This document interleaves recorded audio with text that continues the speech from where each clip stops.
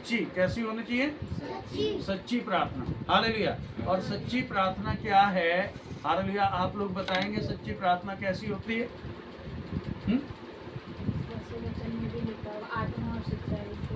नहीं, आत्मा और सच्चाई से तो होती। सच्ची प्रार्थना कौन सी होती है? हम उसमें क्या क्या मांगते हैं? जो सच्ची प्रार्थना है उसमें हम लोग क्या मांगते हैं?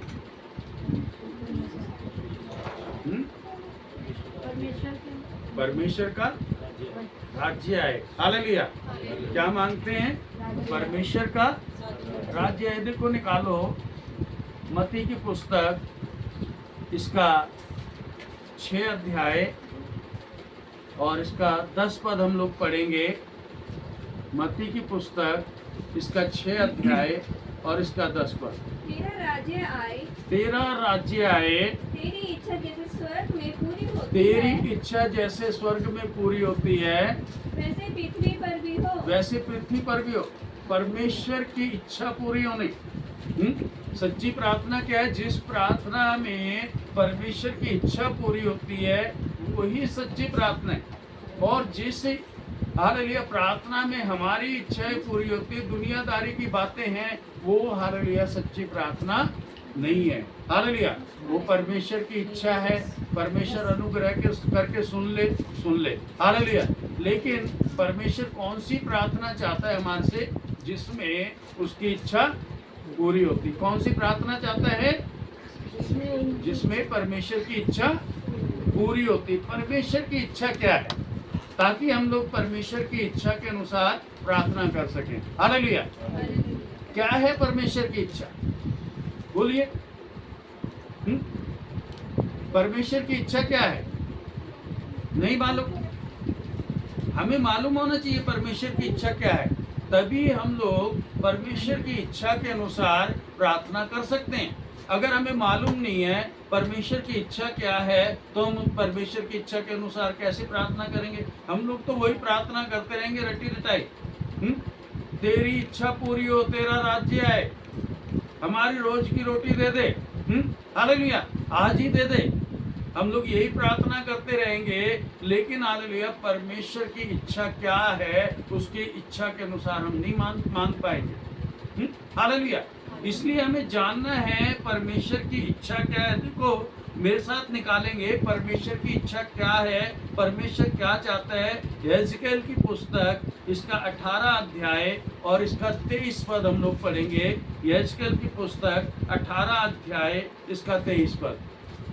प्रभु यहोवा की ये वाणी है। प्रभु यहोवा की ये वाणी है। क्या मैं दुष्ट के मरने से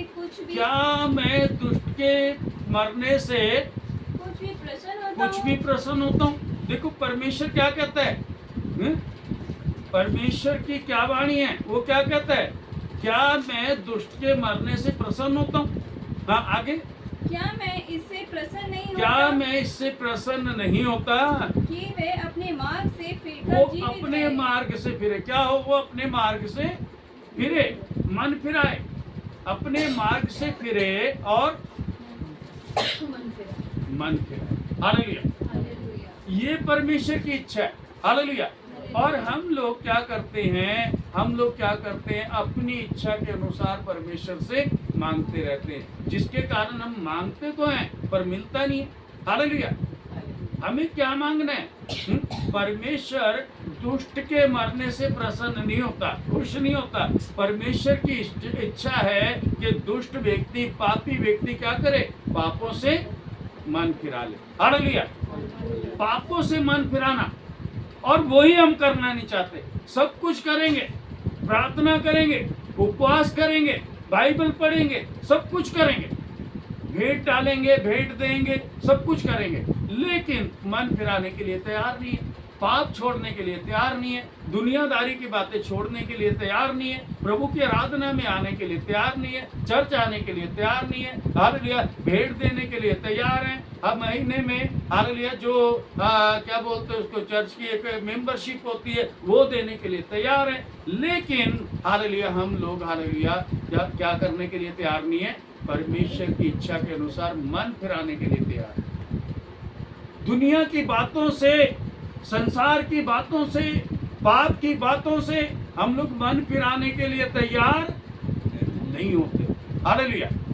और परमेश्वर क्या चाहता है? परमेश्वर की इच्छा क्या है? यही है कि हम क्या करें, हम नाश ना हो, हम हालेलुया क्या पाएं, हालेलुया मन फिराएं, हालेलुया मन फिरा करके परमेश्वर के राज्य के वारिस बने।